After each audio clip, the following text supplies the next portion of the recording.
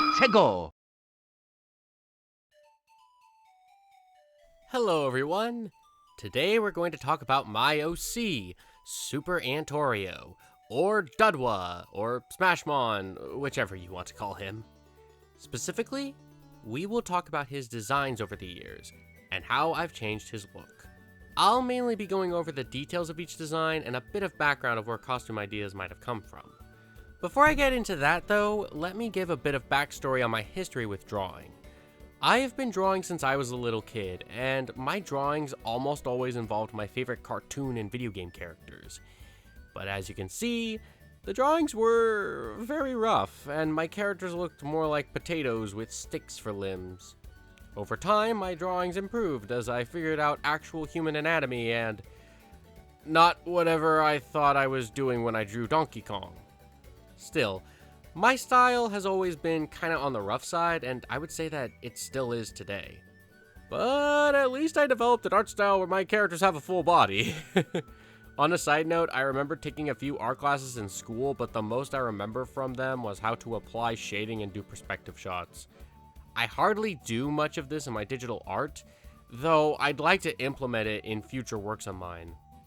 Speaking of digital art, I want to say that my first experience with it was in high school, back when I was experimenting with Yo-Yo Game Maker.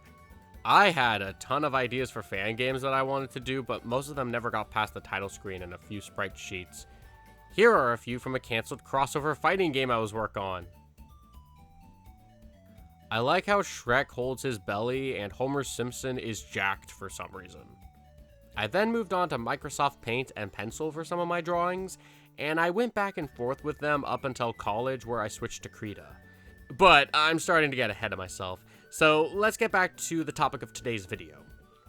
Typically, when I draw an original character, I have a rough idea of who the character is and what I want their personality to be. I knew I wanted my character to be based on me and my personality, so I imagined what I would want to look like if I were a video game or anime character, and that trend has continued throughout all of my designs. To show you what I mean, let's get started with my initial design, which I made in the far-off year of 2016. When brainstorming ideas for my channel, I devised a little mascot named Smashmon. The idea is that he would be my online persona, a character that I would play in my videos. I thought of him as a combination of the genie from Aladdin and Deadpool, someone full of energy and charisma who constantly breaks the fourth wall. This was back when I planned on doing reviews, and Smashmon would be the protagonist of a review show with an anime twist.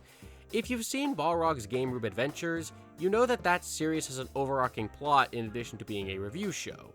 And that's what I wanted to do with my channel initially. Oh no, my scales are falling! Now they're gonna taste like feet! Are you ready? Wow, you are too cool! You've got the rhythm! Wow! It's a new record! These are gross. Oh no! So, I designed Smashmon to look like an action character, taking inspiration from Sonic the Hedgehog, Digimon, and the color scheme of Super Smash Bros. For Wii U and 3DS. I drew him for the very first time in Microsoft Paint, with a mouse, not a stylus, and I've grown not to be super fond of this design. Okay, this initial design isn't terrible, but it's not great either. Like, why does he have Bowser's feet? Or maybe they're meant to be Agumon's? I think there was a story reason for why his feet were like that, but I don't remember it. Anyway, let's go over the details before I criticize it. The scarves and the hair are meant to resemble the blue and red color scheme that Smash Wii U and 3DS had. He also has gloved hands meant to resemble Mario's gloves, or maybe they're Master Hand and Crazy Hand? And of course, the Smash emblem on the shirt and Digivice belt carried over to the next design. Speaking of the Digivice, Smashmon was going to Digivolve, with each of his evolutions being named after the different Smash games. So there would have been Meleemon and Brawlmon, and I think Formon was a name too. His color scheme would also change to match each evolution, but I don't think I ever took this design further than this image and that initial opening I made for it. So no concept art of these evolutions exists. By the way, I only showed a small snippet of the original Smashmon intro in my 5th anniversary video, but I uploaded the full thing to my channel under the 2024 playlist. And yes, I used his world from Sonic 06 for my intro, as if that song hasn't been used as a content creator's intro to death. And it's a 50-second long intro too. While there's a nice and quick barrage of characters at the end, I like my current intro a whole lot better, because it's short and straight to the point. Anyway, back to my design, let's get into why I replaced it. Simply put, it didn't resemble me too much and was kinda simple looking for my liking. Simple is always good for a design, but I wanted to give my character a more adventurous look, which is what led me to redesign him. And that's where we come to my current design. Well, kind of. My look has evolved a bit over the years, but this was the first drawing of it. The hair is brown to match my actual hair, and he has dark blue goggles based on the kind you see Digimon protagonists wear. Oddly enough, I've drawn them dark green in every picture afterward, and I'm not sure why I changed that. Maybe to add some more colors to my character? I don't know. Anyway, I kept the blue and red color scheme and made it a bit more prominent for his torso and arms. I also gave him a short sleeve jacket, loosely based on the kind you see Ash and Sora wear, and there's a little Starman on it too. The Smash emblem is now on a red shirt instead of a blue one, and my character has orange colored shorts. The Digivice belt returns, and he has 2 pouches on his belt. He also has shoes that combine Mario and Sonic's iconic footwear.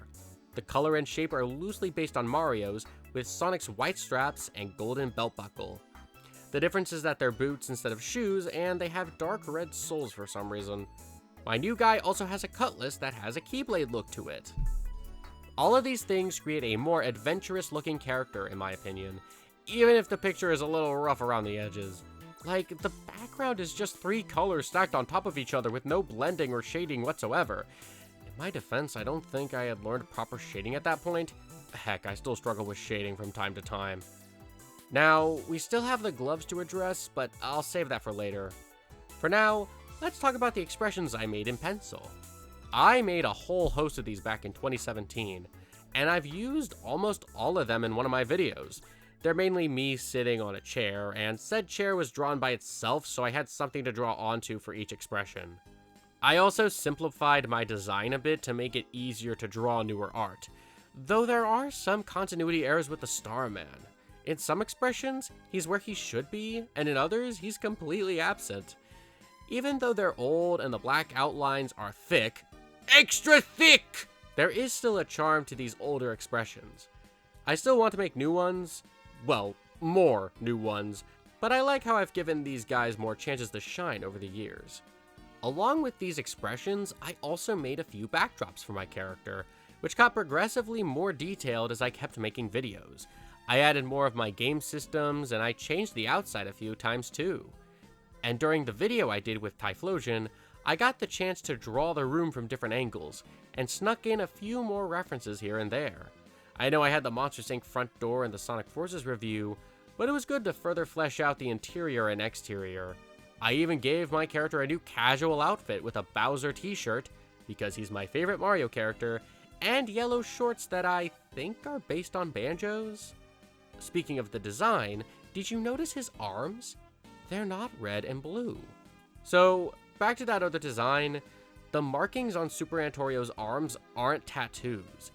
See, the idea I had is that the gloves he's wearing are coursing power through his body, so the blue and red you see is said power.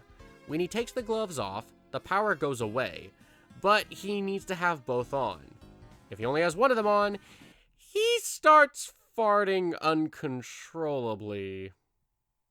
I'm sorry. Moving on, here's a couple more things I made during this era. First is this background of Dudw in between a character select screen. These represented some of my favorite franchises, and I plan to add additional characters to them over time. That's what I did with Paddington and My Hero Academia, as their portraits were added at the end of their respective videos.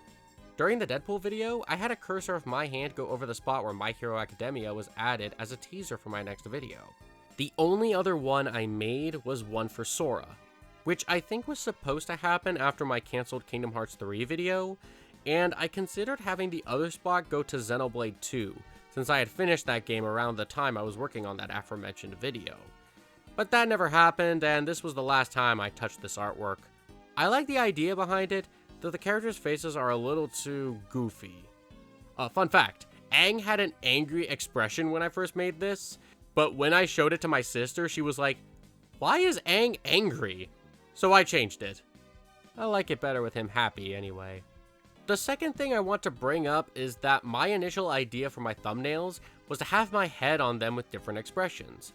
The expressions would be clues as to how I felt about a particular subject, but I stopped using them after 2018. However, they made a comeback during that video about the Zelda movie. 6 of them were made in total, and I've used 5 of them in my videos and thumbnails. The unused one is this. You might be wondering why I have that expression. Well, early in my channel's life, I was going to review Sausage Party, and this expression would have been used in the thumbnail. I had watched the movie for the video, but the review never ended up happening, and I'm kinda glad that it didn't. While the idea of me using faces for my thumbnails is cute, I kinda like the idea of using custom thumbnails instead. It helps make the videos a bit more special in my opinion, even if my definition of custom often boils down to Photoshop pictures and the occasional original drawing. But at least they're not AI garbage! As a personal rule, I will never use AI as a substitute for drawing or scripting in my videos. Anyway, when I switched to Krita in early 2019, I gave my character a more mature-looking redesign that took a lot of inspiration from Sora. Kingdom Hearts 3 was almost out at the time, so I decided to incorporate a bit more of Sora's look into my design. Namely, the jacket has a hood now, there's an Oreo emblem on the back, the hair is longer, the gloves have holes in them, the pouches are back, the shorts are now pants, and I added a few green spots to them to make them look more interesting. You can see it as a reference to the green slime from Nickelodeon if you would like. One subtle change I made is the outlines. AntOreo now has a black border all around him, but there are colored outlines on his body and clothes to help differentiate each part of him, and I continued that in my next design.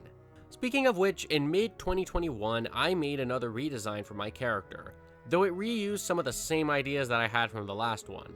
The jacket, longer hair and pants, and the holes in the gloves are all back from the last design, but the pouches have once again been removed. Can we get an F in the chat for the pouches? However, I did bring back the sword, and I gave AntOreo a sheath and shoulder strap to carry it around in. Said sword is called the legendary Dudw blade, and the special thing about it is that it can only harm those that the user 100% wants to harm. So it's kind of like the Monado, where it'll only hurt the person or thing that the user wants it to hurt. The biggest change though is his boots, which were redesigned to look more like actual shoes.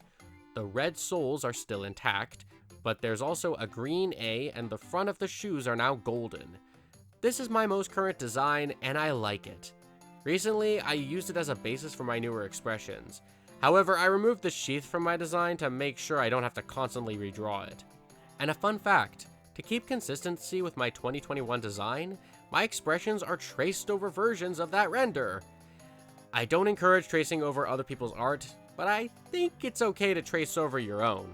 Besides these new expressions, I haven't had too many chances to draw AntOreo again for a video, though I have done simple sketches of him at work when I'm bored. I've been thinking about using some of them as the basis for new expressions and artwork, but, wait, what's this one? Mega AntOreo? It looks like a super form of some kind. You know what? Give me a minute.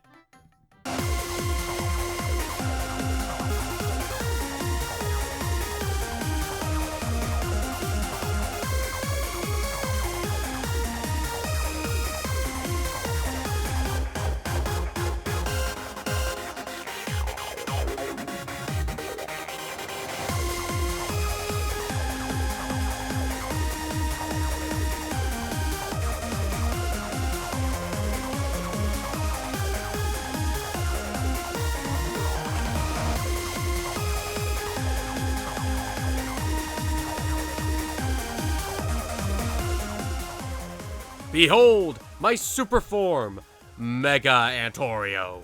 The gloves have turned into fire-powered gauntlets. The shoes have golden engines. The goggles have been upgraded, and my hair is golden.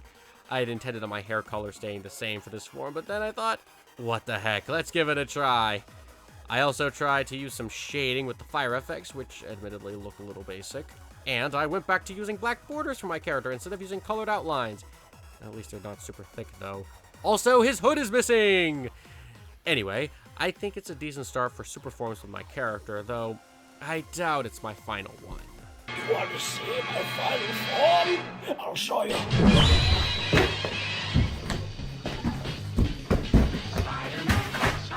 And with that, we've gone over all of my designs over the years. The biggest change in all of my characters was definitely going from Smashmon to AntOreo, with the latter receiving multiple redesigns over the years. Most of the redesigns are minor, but I haven't done a complete overhaul on my character. And that's because I like my current design and the stuff I've done with him. I said before that I wanted my YouTube avatar to be a video game inspired version of myself, and I think this design accomplishes that. Also, in a way, he represents my inner child, a kind and fun-loving guy who enjoys going on adventures with his favorite characters.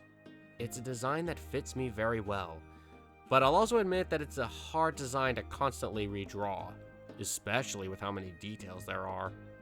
While the stuff I've done with my character has been a little limiting, one of these days I would love to do some actual animated content with him. Maybe one day when I get a bit more experience with animation and a better setup, but for now it's good to have him as a simple expression of myself and this channel. And now he has a cool super form. To wrap up, I hope this was an interesting look into the designs of my avatar. Rest assured there will be more expressions and maybe some animated content with him in the future, so please stay tuned. If you have any thoughts about my character and his redesigns over the years, please let me know in the comments. And if you have any experience with drawing or making your own characters, feel free to share it.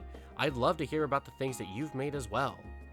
With that said, thank you all so much for watching, and have a nice day, everyone.